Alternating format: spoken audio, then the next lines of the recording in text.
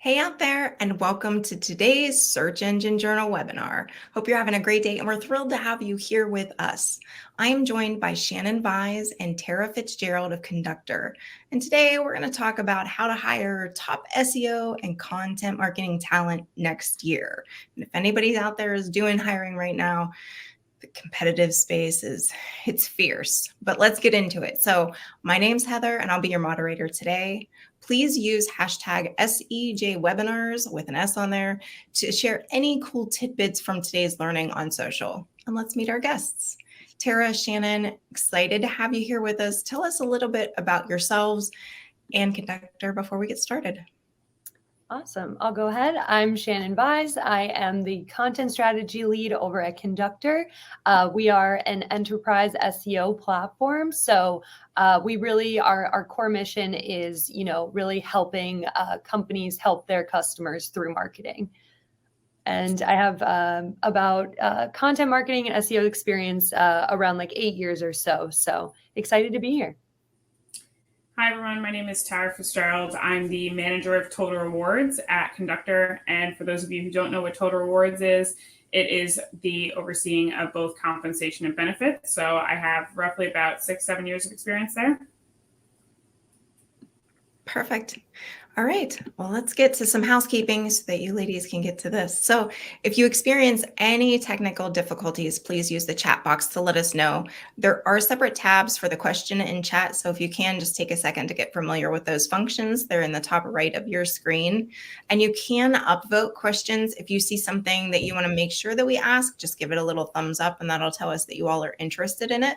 And we'll answer as many of them as we can at the end of the presentation. There is closed captioning. It's a little CC that's in the top right corner of your screen. And we'll do our best to link to any resources or tools in the chat. But if we miss one, just ask. Resources will also be included in your recap email that you'll get later this afternoon. And so after the webinar, we ask if you can stick around for a short survey. It doesn't take any more than like 30 seconds or so, but it really just helps us gauge what works and how we can make these webinars more useful for you all. And lastly, the question we get asked the most, you will absolutely receive today's full recording and the slides later today. So watch your inbox for that. Again, if you missed it, use hashtag SEJ webinars to share anything on social. And with that, I'm going to get out of here. Shannon, Tara, it's all yours. All right. Thank you so much. Let's get started. So as I'm sure you're all aware, the hiring landscape has been continuously changing over the last 2 to 3 years. It's becoming harder and harder to really recruit and attract and hire the right qualified talent. So what we've done is compiled the latest salary and hiring data and trends going into 2023 to really help you, because we know that there is great talent out there looking for the right opportunity, and we really want to help you find them. So let's get started. We'll go ahead and get started with hiring trends. And then just to preface, all of this information is available in our 2023 digital marketing salary guide, which will be provided at the end of the webinar. All right, so projected hiring trends. Let's get right into it in the state of the market. So it really should come as no surprise that digital marketing talent remains in very high demand. As you can see here on this slide, 1.3 million marketing jobs were posted to LinkedIn in 2021 alone, a 374% increase year over year, just again underlining that sheer volume of companies who are looking to really improve their organic visibility and really stand out in a crowded marketplace online. So given this significant kind of increase in job postings, it makes sense that we've also seen a 313% increase in searches for freelance digital marketing during the summer of 2022. So this is most likely the result of hiring managers who are having difficulty really getting the right talent in for their critical kind of full-time roles. So as an interim solution, they find alternative kind of short-term talent, whether that's a freelancer or a contractor, to fill those gaps while they're in the hiring process to really ensure that they make the right hire. In the table shown here, you can also see kind of a month snapshot of kind of the volume of jobs that are posted and those that remain currently available. This is from August 2022. So this is typically a slower hiring month, but as you can see, demand remains high and there are still a lot of positions that were posted, but that are still available after 30 days, just speaking to that difficulty in attracting the right talent and filling those roles.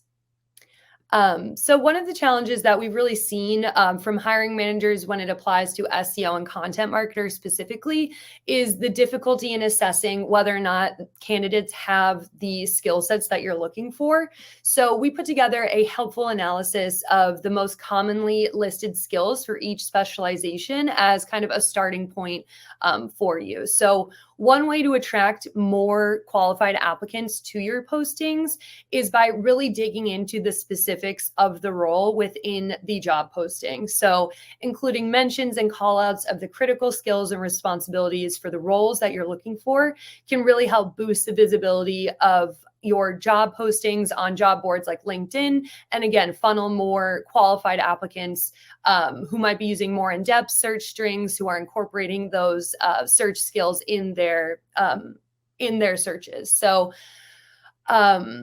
in terms of where to post your jobs for SEO and content marketers, there's always the two big ones, which are LinkedIn and Indeed. But we also recommend networking groups, connecting with talent there on sites like LinkedIn and social platforms like Facebook. You know, sharing those job postings within those networking groups can be very beneficial. Some other job boards specifically for marketing roles include DGMG Jobs, Angel List, which is specifically for startups, and then Demand Curve. And then depending on what workplace environment flexibility you have, there are also job boards specifically for fully remote marketing roles. So that's definitely something to look into if that aligns with the work environment that you're offering. If you're just beginning to build out your SEO or content teams, it can really be difficult, as I mentioned, to figure out which candidate is the most qualified, especially if you're more of a generalist or SEO or content doesn't really fall under your wheelhouse. So if you're facing this challenge, one recommendation is to definitely lean on your internal recruiting team. They can help provide key screening and guidance. Another option, depending on your budget, is outsourcing to a hiring agency. They really have developed relationships with talent, can have insight into candidates that aren't necessarily on the market yet, but are interested in finding a new opportunity and can help match you there. And then one last thing here is just in terms of interview questions, we have a few recommendations to really help you vet the talent and make sure that it's the right fit for your role. So you definitely want to ask about what their experience is with metrics and analytics for SEO specifically, and content marketers. Honestly, Google Analytics is key, and asking them to just kind of provide a snapshot into what they track and how they report on it.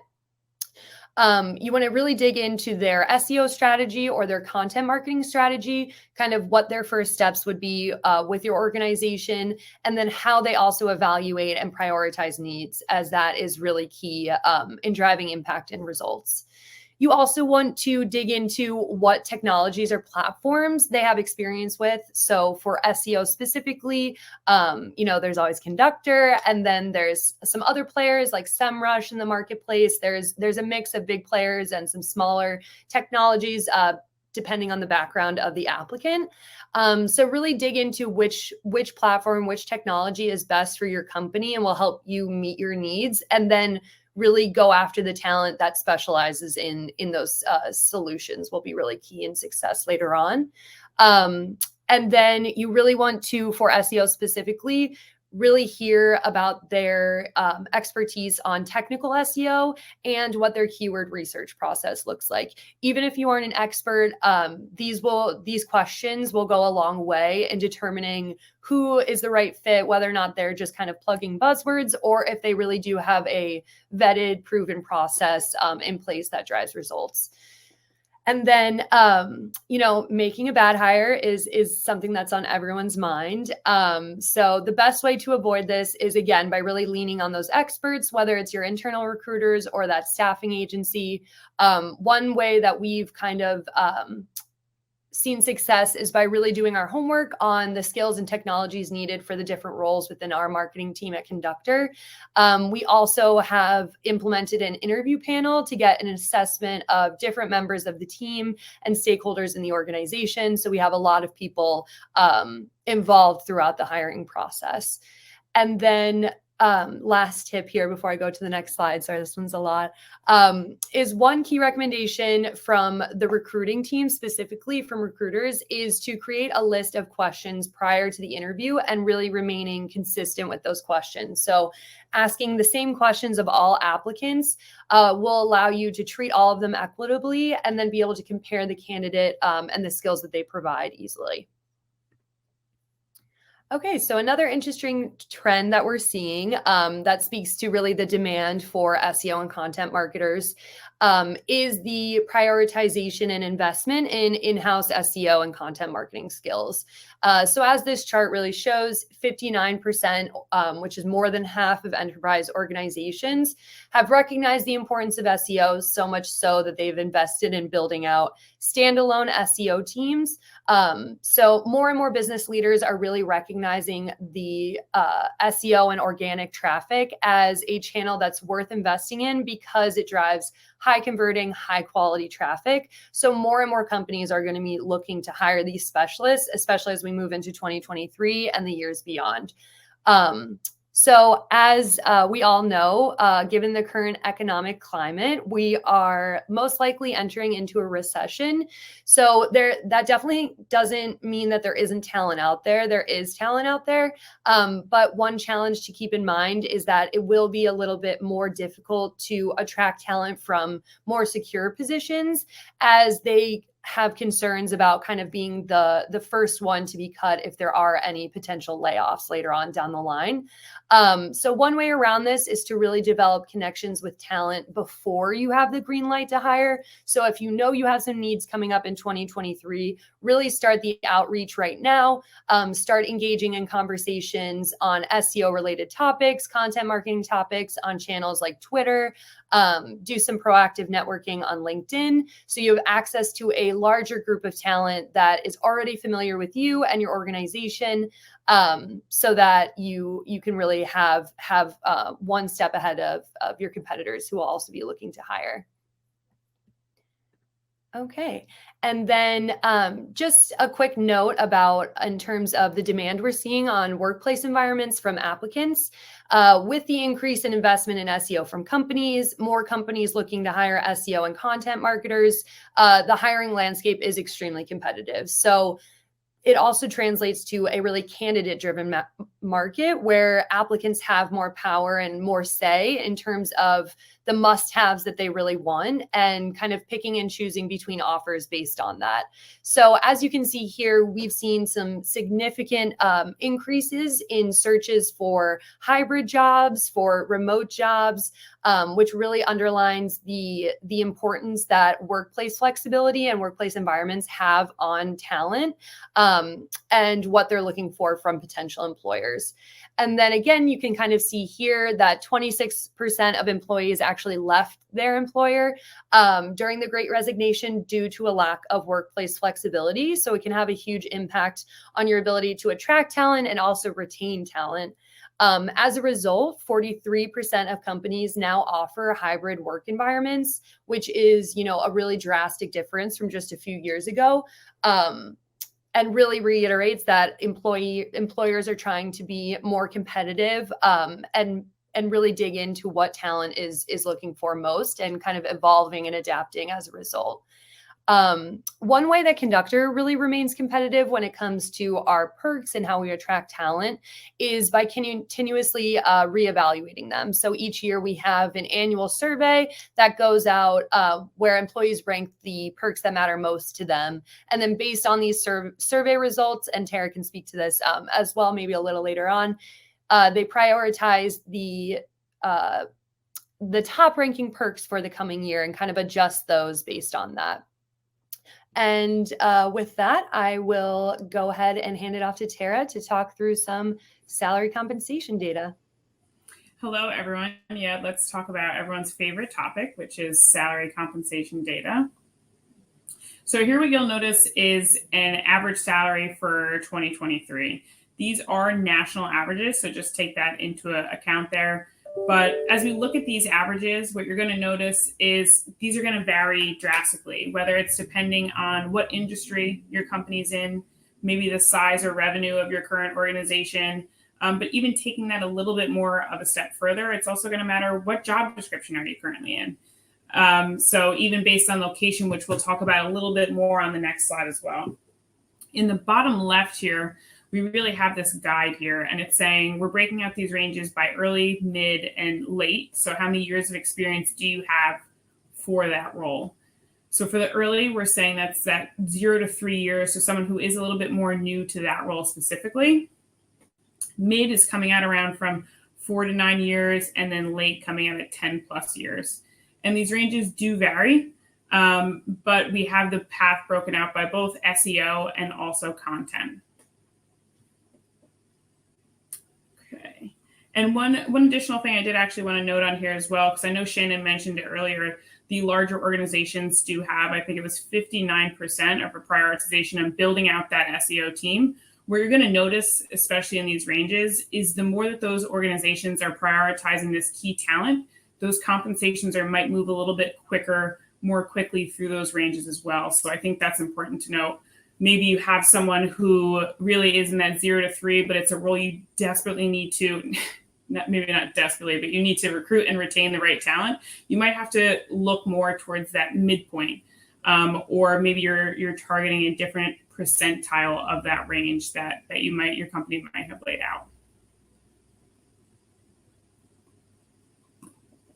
So here is a map of the salaries, but it's also been looked at by location. So I think overall compensation has sort of been turned upside down with COVID.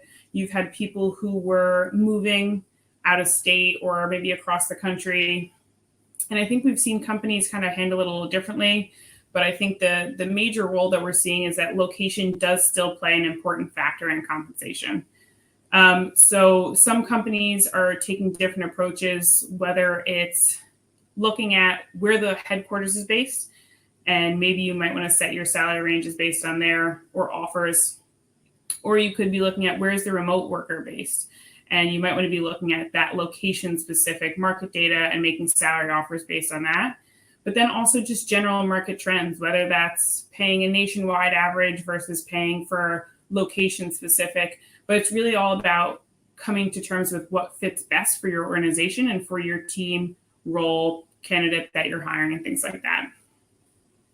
So another interesting thing that you'll see here is those hotspots and the locations that require a premium are still requiring that premium even post-COVID.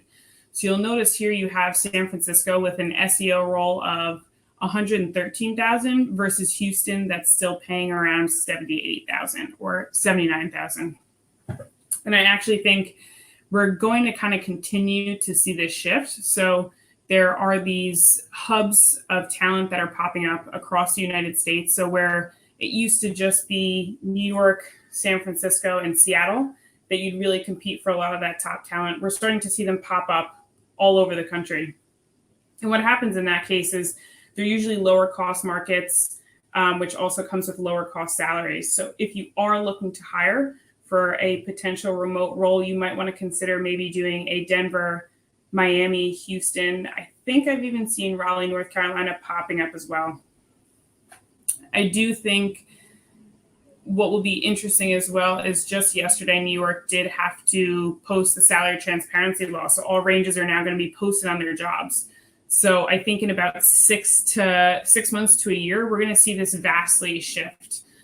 With that happening, are these going to start to pop up in other states as well? But how will that change compensation and how will it continue to evolve at that point as well?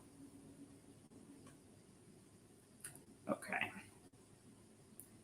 So next, we're going to look at the retention strategies for organizations. So here you're going to see the benefits that talent values the most in 2023. Overall, when we're looking at this, when you think of what boomers and Gen X were really looking for in their organizations, it's going to vary drastically from what a Gen Z or millennial was really looking for in their organizations. You'll notice that Gen Z and millennials are really more focused on sustainability, growth, and finding that balance in their own lives, which we see sort of directly impacted here based on the results. So number one, really coming in at that good work-life balance, which I think we see prevalent across the organization, even with that search data coming in with unlimited PTO being something that candidates are looking for. And then we'll see learning and development opportunities. So employees or candidates are really looking for roles that are going to continue to develop them and invest in their future as they move through the organization.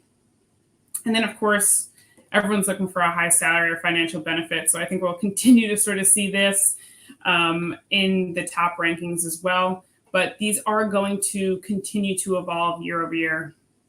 So even to Shannon's point, we did do an annual survey for conductors specifically, kind of saying, here's all the different categories of perks that we offer. And then it's about ranking what is your staff, because it could depend on demographics of your organization.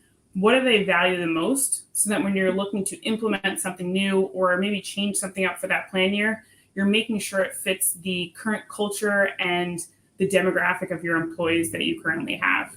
And that way it's a huge tool for retention as well as recruitment also. So on the side here, just some additional increases in stats that we'll see in terms of recruiting and retaining talent as well. So people are really, again, looking for that unlimited PTO. This sort of started a few years ago, definitely more in the San Francisco area, but it's starting to spread, and I think it's becoming more used more frequently in organizations. The next thing is that inclusive work culture. So, we have seen, especially over COVID, maybe some more employee resource groups and really making sure that it is a good culture that employees are going into, because this does really tie into, again, those learning and development opportunities, that good work-life balance. They really want an organization that cares about their employees because they feel better to stay there for longer term, especially if you see them, really giving you those professional development opportunities. Again, companies with the best work culture, which I think ties into that slide before, but also a pet-friendly office. I mean, I know for myself, it's something I would love. So I do think that's something that we'll kind of continue to see shift in the future as well. And with that, I'll pass it back to Shannon. Awesome. Thank you, Tara. So as I mentioned briefly a little bit in the hiring trends that we're seeing is really, again, the impact of that work environment. So it's also really critical on retention and can have a huge impact. So two really important stats that you can see here are 64% of the workforce reported that they would consider finding a new job if required to return to the office full time. So a lot of executives and business leaders, we're seeing some news headlines come out. They're very optimistic about potentially returning to a full-time kind of 5-day on-site work environment in 2023. But they'll really need to weigh the impact this could have on retention rates and also how much it's going to cost to replace talent. That's kind of a deal breaker for them. And it'll kind of compound those challenges of hiring as you're not only backfilling, but also hiring for new roles in that extremely competitive candidate market that we're in. And then again, just reiterating the importance of work environment preferences on retention. 26% of employees did leave their company during the Great Resignation. So just reiterating that very really concern that employers are facing by adopting a more rigid on-site policy in favor of prioritizing the wants and needs of their workforce. All right, so here is a kind of quick, concise recap of the top takeaways from today for both active hiring managers and then also for SEOs and content marketers looking for whether a career change or finding a new opportunity in the coming year. So for hiring managers, just keeping in mind Demand is super high for these roles right now. We're in a candidate-driven market. So it's very much a competitive landscape where talent is in control. You really need to adhere to kind of the wants and needs of talent, especially for some of those critical roles that you're really needing to hire for. You also want to ensure that your company and job postings are as appealing to your audience as possible. Again, you can increase the visibility of your job postings by including detailed notes on the skills required, the responsibilities of the role, and really making sure that, you know, your company core values are included in that job posting, and making it clear kind of like the value that the company provides and why you would want to join that team. This can go a long way in attracting more applicants to your job postings and again, really increasing that visibility. As we mentioned, prioritizing the benefits that talent really values most can give you kind of a one step ahead of your competition, a way to kind of stand out. Again, those are that inclusive and diverse company culture, prioritizing a work-life balance for your workforce, making sure to communicate career development opportunities within the interview process as well as in the job posting, that workplace flexibility. And then as Tara mentioned, everyone always is looking for competitive compensation. That is definitely key. So, and I know we've said it a lot, but just reconsider fully on-site work environments for some of those most in-demand roles. Maybe there's a little bit of flexibility if you have some kind of critical key roles. Is there a hybrid work environment that you could adopt for that specific role? Or are you open to someone who might be fully remote, whereas most of your team is located in one place? It really depends on how critical the need is for you, and your company culture as well. And then for SEOs and content marketers looking for the right opportunity next year, the key things are really knowing your worth and asking for what you want. So be your own advocate. Don't be limited by geographic location, as Tara kind of went over. You can use that as a guideline. But as remote work becomes even more popular, the way that salaries are determined is really changing. And then you want to be crystal clear on your must-haves in the interview process as early on to conserve your time and the employer's time as well. Similar for hiring managers, I would recommend applicants to really include the key terms, those must-haves, when searching for job postings. Some job boards kind of allow kind of deeper niche kind of search strings. So including things like remote or flexibility, hybrid, career development, those types of phrasing can help populate jobs that are more tailored to what you're looking for. So you're not just digging through a bunch of different job postings. And then last but definitely not least is understanding and investing in your career trajectory through skills development. So we highlighted kind of the most common skills listed in job postings for SEOs and content marketers. We highly recommend kind of mapping out the career trajectory for yourself and then identifying where those skill gaps might be, and looking into courses or conferences that you can attend to really bridge that gap. All right, so with that kind of wraps us up. So I'll pass it back to Heather to open our Q&A. Thanks, Tara. Thanks, Shannon.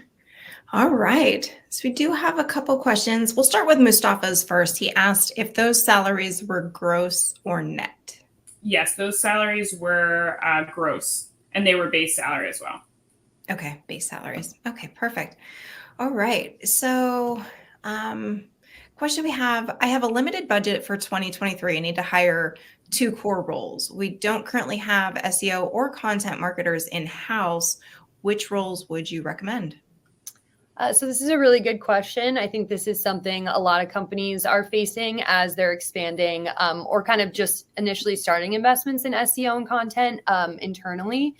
The 2 roles I would recommend would be the SEO manager and then also a content marketing manager. So making sure you cover both of those key skill sets and that you're hiring 2 individuals and 2 roles where they're really responsible for creating and executing on the SEO or the content marketing strategy and those needs kind of internally. So those are the 2 I would definitely recommend.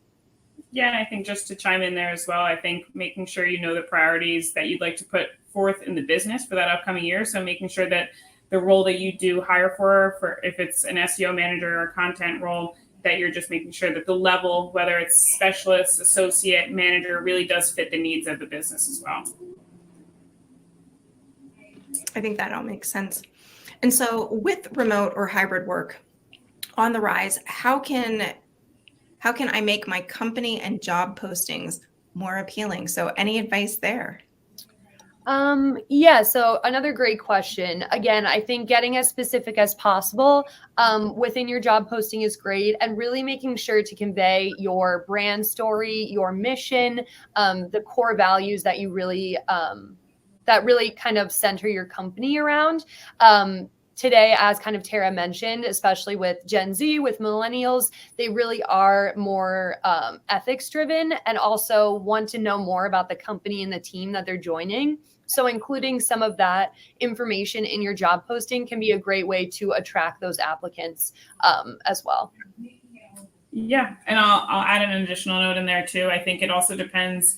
You can use different types of job boards. So I think there's different sites based on which location you're hiring for within the country that you can really get more location specific to then post those roles. But you could even get as specific as maybe posting in one of the job boards or the groups that Shannon mentioned on LinkedIn, and really making sure you put the information out there within those postings or within those job boards so that you can get to cast a bit of a wider net to make sure you're having the right audience see the job descriptions. Yeah, and then sorry, just to piggyback off that as well, is definitely looking into those different job boards and expanding kind of the network of talent you have available to you by joining networking groups on LinkedIn, those SEO conversations on social platforms like Facebook. There's a lot of groups on there. And then you can share your job posting from a job board directly in that group to increase visibility in that way as well. And so Anne Marie just dropped a question in there, and she said, where can I find job descriptions and requirements for various positions? So if it's something that they've not built a job description for, like where's the best place that they can maybe find some of that information? Yeah, I think that's a good question. I think it's definitely something that you want to build out, but I think you could start probably with Google or LinkedIn. Start to type in some of the roles and you'll see job descriptions pop up, whether they're postings for different positions. And you'll notice that each one's going to be a little bit different. So based on your needs, based on the role that you're looking to hire and the skill set, you can then take your inspiration or take different information from those to really get a framework to then put that into an overall job description for different positions and levels within the organization. Yeah. And also I would just say there's definitely some templates available. I'm sure there's some solid articles from Search Engine Journal that include some descriptions of kind of core responsibilities and skills for each different role. And then I recommend, obviously, as Tara kind of mentioned, taking that template and then really tailoring it to your company and making it unique to your organization. Yeah, that's the key, right? That's where it comes in, where you talk about the culture and everything else. You bring that into that job description. So let's see. So question from Renee. What is a successful tactic to take to prove the case for investment in another SEO beyond task tracking with time spent on each? Could you just repeat that one more time? Sorry. Mm-hmm. So what is a successful so basically, how do you get upper management to buy in that you need this to invest in another SEO? So what is a successful tactic to prove the case for investment in another SEO? So, I mean, obviously, metrics are key, and measuring for SEO ROI can be challenging for some organizations. Shameless plug here, but Conductor is an enterprise SEO platform that really does that reporting work for you, makes it very easy to compile the metrics that you need and share that directly export it immediately and send it and email it to your stakeholders so that they can see the direct impact, some of the immediate results that you're having, and see the year over year increase in organic traffic, in conversions, and in leads generated as well, and the quality of those leads as well. So I think that's one angle to take. Another is to provide examples from other successful organizations who have had really effective organic marketing efforts. There are definitely articles online that highlight these as well. But yeah, I think the main thing is really driving the business impact that SEO is having on the business and really tying it to revenue and conversions and lead generations as much as possible. All right. So let's see. So, I mean, something that's been, kind of hot, at least in the news today, I think, is, what do you think and how will job descriptions and the job market be impacted by, the good faith, the salary estimates that are required to be on job descriptions now? I think it's going to be very, very interesting how this all plays out. I think it's going to be about there's going to be the HR teams who are still collecting data on the back end, whether that's employer data or self-reported data, or, they might purchase different surveys, but now there's sort of that extra source of compensation that's going to be out there. And I think we'll see how in real time, how quickly maybe compensation moves and how quickly it affects it. But I still think it's maybe a little too new. But even some of the ones I've seen, I see how people are taking it and using it differently and really leveraging it. But I think from like a pay equity or internal equity perspective, it's going to be great for organizations across the board. Yeah, agreed. And so it looks like we're about down to our last question or two. So we do have a few minutes. So if anybody does have any last minute questions, please send them through. But, the question we all ask as hiring managers, what do I do if I make a bad hire? How can I try to avoid making this type of mistake?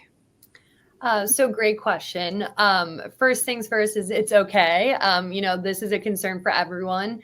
It can be very difficult to evaluate who the right technical skill and culture fit is in the interview process until you have a chance to work with them. So if this is a major concern for you and you really don't have time to go through multiple hiring processes or risk that concern, then I would definitely recommend tapping into freelancers first, kind of giving talent a chance to really show the results that they can produce, how they work with the team. You can do this by, either using a freelancer or posting a contract to hire job posting, just kind of being a little bit more flexible in if you need to hire a full-time role, kind of considering different options. Another way to really evaluate the performance of your newest hire and make sure that they're on track or kind of pivot as needed is to set up kind of clear performance indicators from day one and regular check-ins, 2 weeks, 1 month, 2 months, so that if those aren't hit, you can have that conversation early on and kind of help evaluate whether or not this is the right fit for both of you. And then my last tip would probably be to really keep your top applicants on the back burner. So say you have 3 really strong applicants, you're having a hard time picking one, but you end up selecting one. Maintain those relationships with the other 2 applicants.